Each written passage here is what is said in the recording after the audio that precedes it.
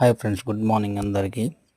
చూడండి, రాత్రి పందుల బాగా అయితే మేము ఎండలకు కావాలి పోయినాం పండుకోవడానికి. చలి మాత్రం కుమ్మే షీట్స్ పెట్టింది. తెల్ల తెల్ల రంగు ఘోర సరివేరే సన్ రైజ్ చూడండి. కొంచెం చలి అయితే వెళ్ళింది. మధ్యాహ్నం పూట మా పత్తి నింపుదామని చెప్పేసి చేనులకి అయితే గంపలు పట్టుకొని మేము ముగ్గురం అయితే బయలుదేరాం. పొంగ ఎండ బాగోతాం చూడండి. నెత్తిగా గంపలు పెట్టుకుని మరీ వెళ్ళాము.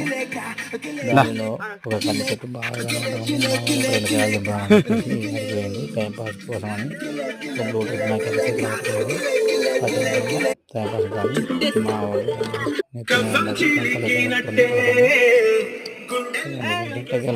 పత్తి కాడికి అయితే చేరుకున్నాం. ఇక్కడ మా వాడు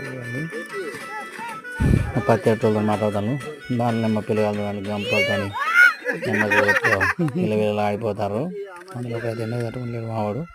ఏంద్రా బాబు ఎండ ఎంత చంపేస్తా అని చెప్పేసి పక్కపడి ఉన్న షెటర్ తీసి అయితే మా వాళ్ళు ఇద్దరైతే అది నెత్తి మీద కప్పుకుంటారు.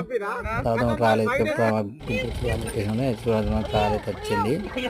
వచ్చిన తర్వాత ట్రాలీ చూడండి, ట్రాలీ అక్కడ తిరగడానికి ప్లేస్ లేక ఎన్నిసార్లు దింపుతాను చూడండి. లాస్ట్కి అయితే ట్రాలీ అయితే పొజిషన్ అన్నమాట. నింపడానికి కరెక్ట్ ప్లేస్లో పడుతుంది.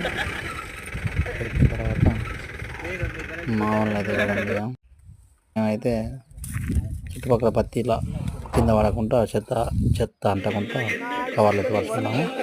ట్రాలీ ప్రదేశం మా వాళ్ళు చేరుకొని వేస్తున్నారు. కొంచెం లోనే దాకా అటు చేతితో వేసుకొని తర్వాత గంపలతో వేస్తాం అన్నమాట. గంపలతో వేస్తే ఏమైతే మంది తక్కువ అమ్మలు అయితే పారిపోతుంది. ఉన్న పల్లెటూళ్ళలో వేసిన ట్రాలీలు కాబట్టి గంపలతో అయితే సేఫ్గా అని చెప్పేసి గంపలు తీసుకొని గంపలతోనే లోడ్ చేస్తాం అన్నమాట. తొందరగా అయిపోతుంది, చాలా ఈజీగా ఉంటుంది. మీకెళ్ళి ఎట్లా చెప్తారో